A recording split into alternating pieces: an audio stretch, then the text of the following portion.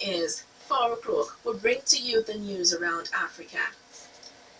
The Gambia will today rejoin the Commonwealth family almost 5 years after leaving the 53-member organization. Media and Public Relations Director, Commonwealth Secretariat Professor Bani Chaudhry said that a flag-raising ceremony at the gardens of Marlborough House, the London headquarters of the Commonwealth Secretariat, will mark its return. Commonwealth Secretary-General Patricia Scotland, Chair Executive Committee of the Board of Governors, Norman Hamilton, members of the committee, and the Gambian High Commissioner-to-be, Francis Blaine, would attend the ceremony. The decision to begin a process of applying for readmission was made in February 2017 by President Adama Barrow, who came to power following elections in December 2016. In December 2017, the Parliament of the Gambia unanimously affirmed the country's desire to rejoin the Commonwealth, thereby fulfilling one of the final steps in the organization's membership process.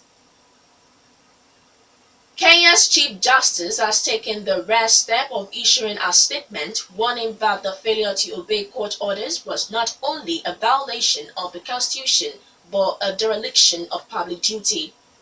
Justice David Maraga's statement comes at a time when President Uhuru Kenyatta's government has been accused of ignoring court rulings.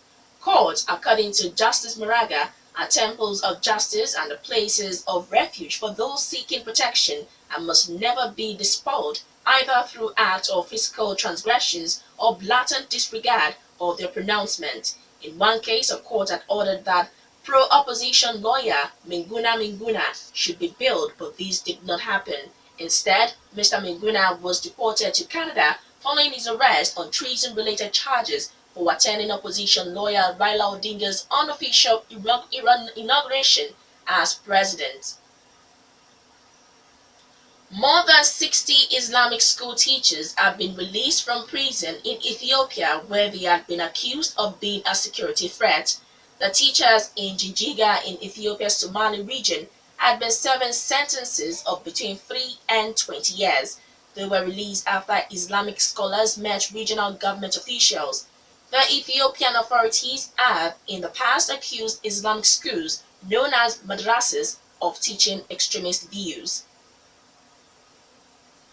A renegade colonel in the Democratic Republic of Congo are to be prosecuted for planning a rebellion. This comes after John Shibangu was extradited from Tanzania. In a video circulated last month, Colonel Shibangu gave President Joseph Kabila a 45-day ultimatum to step down or risk being overthrown. The authorities in Tanzania subsequently arrested and deported him. Defense Minister Crispin Atama Tebe said the colonel would face justice for rebellion, giving assurances that his trial would be free and fair. Mr. Kabila's second and final term ended in 2016, but he has remained in power because of the Electoral Commission's failure to reorganize elections. United Nations mission in South Sudan says armed groups have released more than 300 children in the southern region of Yambio, 87 of them girls. The children will now begin the process of learning new skills and reintegrating into their communities. It is the largest release of children abducted by armed groups in nearly 3 years, says UNICEF South Sudan representative Mahimbo Mboyi. All sides in the South Sudanese conflict have been accused of using child soldiers.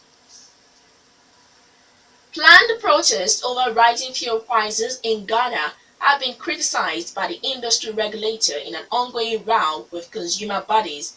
The National Petroleum Authority says that planned action by a lobby group and a union, the Chamber of Petroleum Consumer (COPEC) and Industrial and Commercial Workers Union, is unjustified. The MPA adds that it has made price stabilization interventions over the past 3 months, calling the decision to protest anything but noble. The price of petrol rose up by up to 4% in January, according to COPEC. Now a further 2% increase has been predicted for February by the Institute of Energy Security think tank. And that was Africa Today. I am Ololade Sanyaolu. Thank you for listening. Good afternoon.